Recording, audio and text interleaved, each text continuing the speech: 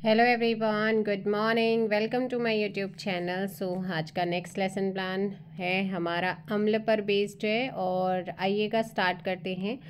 देखिएगा बाकी डिटेल्स आप अपने अकॉर्डिंग फिल कर सकते हैं जैसे कि यहाँ पर आपको दिख रहा है। आप लोग सब्जेक्ट हो जाएगा हमारा विज्ञान और ब्रैकेट में भौतिक विज्ञान साइंस एंड ब्रैकेट में फिजिकल साइंस। यूनिट आप अम्ल वाला जो प्रकरण है टॉपिक है जिस यूनिट में है आपकी वहाँ की बुक में आप वो यूनिट डाल सकते हैं। मेजर कॉन्सेप्ट की बात करते हैं यानी कि सामान्य उद्देश्य जो कि हमारे सब्जेक्ट पर बेस्ड होते हैं, साइंस पर बेस्ड हैं।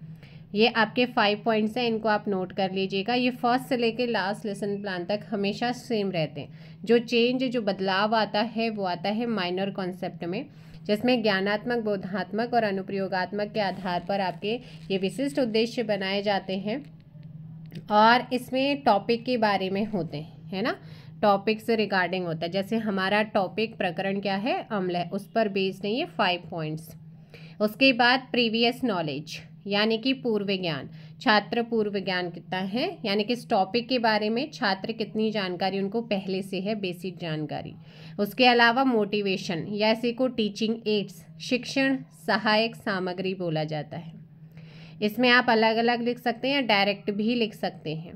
इसके बाद मेन हमारी जो स्किल्स शुरू होती हैं वो होती है प्रस्तावना प्रश्न से। इंट्रोडक्टरी क्वेश्चन, जब भी हम इंट्रोडक्टरी क्वेश्चन या डेवलपिंग विकासात्मक प्रश्न बनाएंगे तो वो प्रश्नोत्तर विधि होती है। जैसे कि यहाँ पर आप देख रहे हैं प्रस्तावना प्रश्न है जहाँ जो कि आपके बनाए गए हैं और यहाँ पर आपके ये हो जाते हैं। उसके बाद आपका उद्देश्य कथन आ जाता है। उद्देश्य कथन के बाद आपका बनता है हमारा फर्स्ट टीचिंग पॉइंट विकासात्मक अम्ल पर रिगार्डिंग होगा। विकासात्मक प्रश्न बनेंगे। उसके बाद अम्ल की यहाँ पर क्या की गई है, व्याख्या स्पष्टीकरण किया गया है।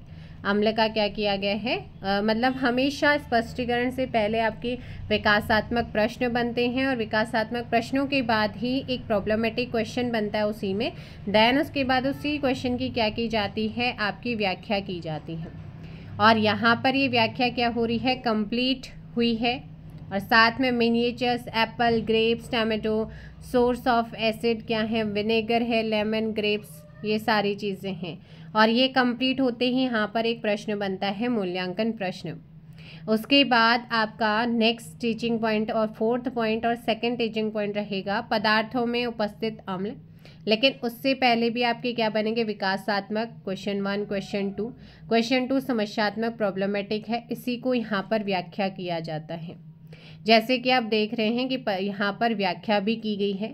साथ ही पदार्थ और उनमें अम्ल जो है, जैसे नींबू, संतरा सिट्रिक अम्ल, दही में लैक्टिक अम्ल, टमाटर में ऑक्जेलिक अम्ल होता है, इमली में टार्टरिक होता है, अंगूर में टार्टरिक होता है। तो ये इन्होंने यहाँ पर क्या किया हुआ है, एक्सप्लेन किया है, व्याख्या की है, स्पष्टीकरण किया है।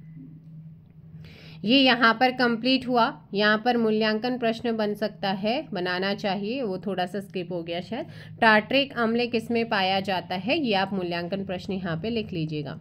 उसके बाद यहाँ पर आता है सूचक, उसके लिए भी विकासात्मक प्रश्न बनेंगे।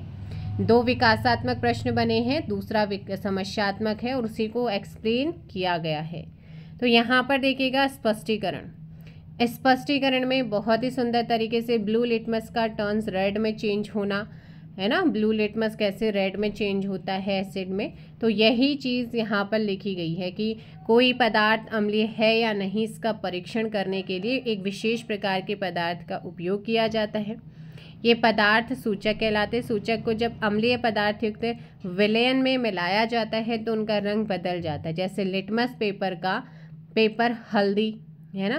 तो ये आपको यहाँ पर लिखा हुआ है। व्याख्यान विधि आपकी चल रही है। लिटमस पेपर जब इसे अम्लीय विलय में क्या कर दिया था, मिला लिया जाता है, यह कागज की पट्टियों के रूप में उपलब्ध होता है। तो ये आप देख सकते हैं और इससे रिगार्डिंग यहाँ पर मूल्यांकन सूचक क्या है, ये मूल्यांकन क्वेश्चन है।